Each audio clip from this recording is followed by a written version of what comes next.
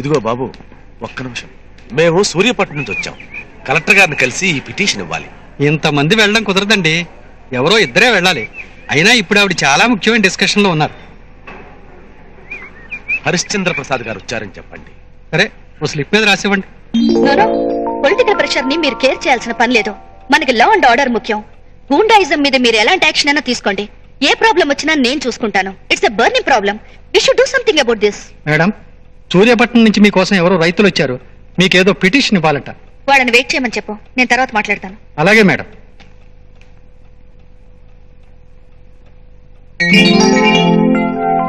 Shankaraiah madam, వాళ్ళని వెంటనే లోపల పంపించు. అలాగే మేడం. మీరు 10 నిమిషాలు వెయిట్ చేయండి, వాళ్ళతో మాట్లాడిన తర్వాత పిలుస్తాను. Okay madam. నమస్కారం అండి. నమస్కారం. నమస్కారం. కూర్చోండి.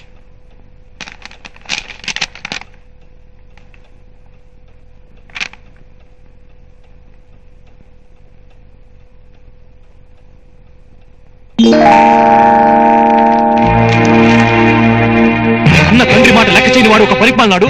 వాడు నమ్మి తాళి కట్టించుకున్న అప్పలో పరిపాలన. ఇద్దరు కలిసి ఏమో వస్తారో నేను చూస్తాను.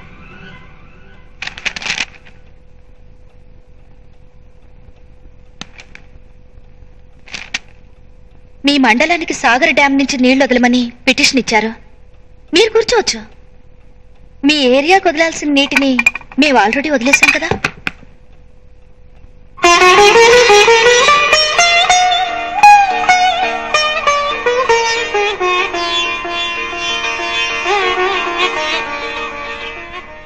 మీ కాలువకు సంవత్సరానికి 5 నెలలు నీళ్లు వదలాలి.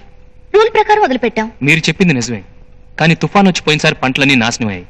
అందుకని మళ్ళీ నాట్లు వేశారు. మీరు ఇప్పుడు డ్యాం తెరిస్తే రైతులందరికీ ఉపయోగకరంగా ఉంటుంది. నిజమే, కానీ రూల్స్ కి వ్యతిరేకంగా మీ ఒక్క మండలానికి మాత్రమే నీళ్లు వదిలిపెట్టడం కుదరదు కదా. మండలం ఒకటే కాదంటూ లేదు, కానీ ఆ మండలంలో 126 గ్రామాలు ఉన్నాయి. ఆ గ్రామాల్లో 2 లక్షల మంది జనాభా ఉన్నారు. వాళ్ళ ఆకలి గురించి ఆలోచించండి. మీరు చెప్పింది నాకు అర్థమైంది, కానీ ఈ సమస్యని... ఎక్స్క్యూజ్ మీ. హలో, నేను లాయర్ సుమిత్రని మాట్లాడుతున్నాను. రేపు 15న మా వెడ్డింగ్ డే. మీరు మీ వారిని తీసుకొని తప్పకుండా రావాలి.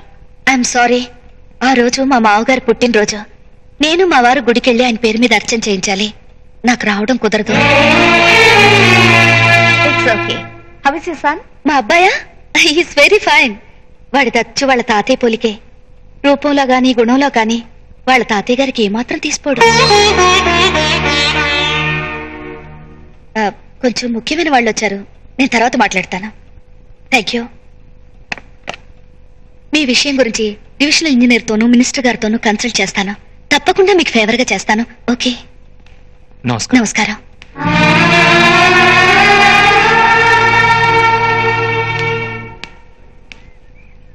ఏదేమైనా కలెక్టర్ గారు చాలా తెలివైన వారయ్యా. అటు అధికారాన్ని ఇటు మమకారాన్ని ఒకేసారి చూపించారు. నేనన్నీ గమనిస్తూనే ఉన్నానయ్యా. జిల్లా కలెక్టర్ గా హుందాగా నడుచుకున్నారు. మీ కోడలుగా కాళ్ళకు నమస్కరించి మీ ఆశీస్సులు తీసుకున్నారు.